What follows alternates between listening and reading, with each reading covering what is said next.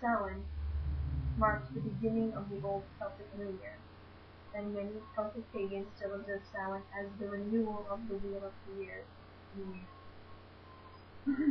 This was the night that the old god died, returning to the land of the dead to await rebirth at Yule,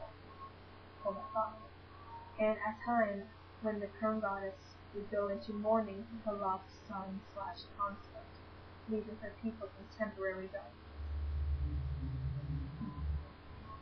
So that's that. Now, hold on to the Yule part and get to that in a second. If you are a Celt, 5,000 years ago, Halloween was a dark holiday. Not dark as in scary, spooky, oh no, Saw 6, holy shit. No. Not that kind of dark. And it's not evil either. Dark as in, look outside, it's dark outside, it's cold, it's eerie, maybe a little spooky, but not evil. It's like, for me, going outside after midnight, and there's no cars, and it's snowing, and it's kind of eerie, haunted, but it's not scary either. It's very peaceful. Insect. More welcome. So, it's October 31st, and if you're a Celt, you believe that your dead ancestors, your grandparents, your elders who have died, even children, in some cases, if they've died, they're going to come back to Earth to visit you this night.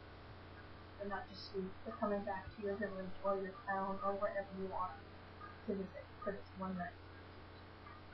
It's called the veil between the living world and the world of the dead, because it's finished, meaning spirits can pass through for one night. And this is a joyous thing. We were happy for this. We wanted to see our dead again, as in grandparents, like I said.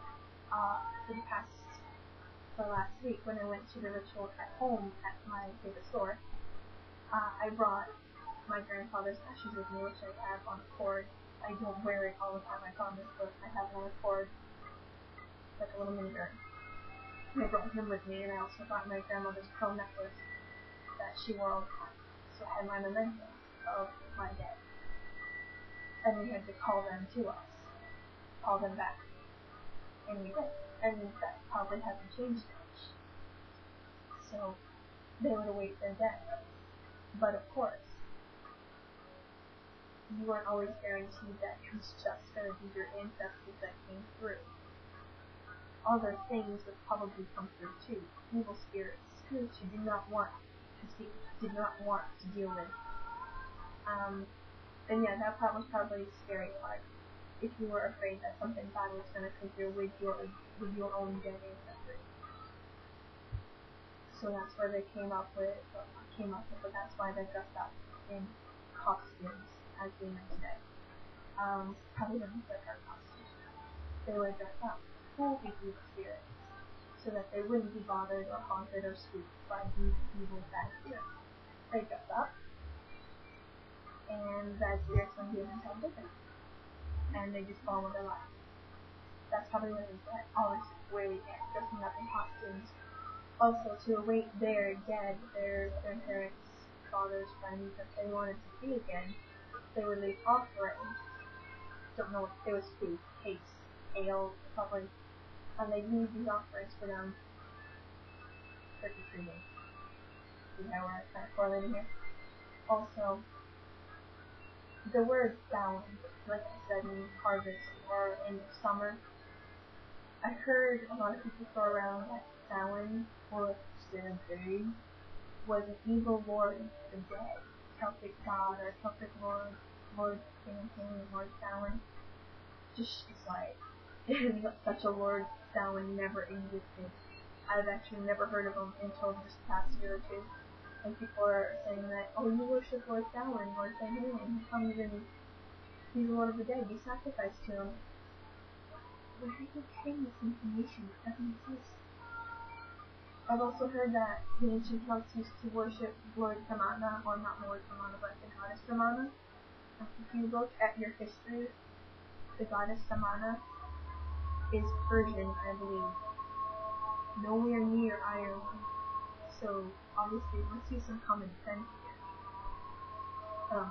And of course I said, oh, you sacrifice or the Celts sacrifice to Lord Samhain. Well, no. Besides Lord Samhain, the sacrifices they performed were not human sacrifices. They didn't drink the blood, at least we don't think they drank the blood. There's no anything to prove that. But at the very least, even if they did drink the blood, it wasn't human blood. They didn't eat their friends. They didn't kill them for the gods. No, what happened was they would light these huge bonfires, balefires, to the gods, representative of the sun. And the sacrifices they performed were not human sacrifices. Meaning they were animal sacrifices, but they were important animals like probably horses. And it wasn't, yeah, let's get drunk and kill the Lord, let's make it a bloody gory mess. No. It was a very sacred thing. Because it was the end of the harvest year, the end of the fertile year. They had harvested all their crops. They had everything that was going to get into the winter. Thank you, planet Earth, for giving us this food. So what would happen was they sacrificed the animals, thanking the earth, giving back to the earth everything that the earth had given them over the whole harvest, the whole fertile year, summer, fall, spring, summer, fall. And that was it. There was nothing dark about it, absolutely not. And even if you think about it, thanking the earth, as in giving it a sacrifice, something important, giving back, it's actually a very symbiotic thing, it's very nice. And if you were a Celt, it wasn't evil, it wasn't dark. I can't even imagine why people think something like that is dark or evil. It doesn't fit. Anyway, so I think that about covers it, besides the fact that I have Miss Pumpkin and jack-o'-lantern. They didn't have pumpkins in Ireland 5,000 years ago. They didn't carve jack-o'-lanterns out of pumpkins. They carved them out of turnips and other boards like turnips. And the reasoning, not to make scary faces, was to make a lantern of light to guide the dead back to the living world. Which again is probably obviously where you get our Japanese from. The reason the pumpkin is here is because in the 1840s, when the Irish immigrants came to America, America has pumpkins. Pumpkins are much easier to carve. And thanks to the Irish immigrants of the 1840s, we have the American Halloween, and I don't know if that's a good thing or not, but it's fun. So I think that about covers it for Samhain. If there's any more questions, let me know, and I'll cover it. Other than that, I think that's it. So Samhain is the day to remember your ancestors, talk about them, talk to them, leave offerings, put pictures out, put mementos out, and don't play this stupid on Halloween. Okay. It's a holiday of remembrance. So that being the case, I'm gonna go do my homework, and I'll talk to you guys later.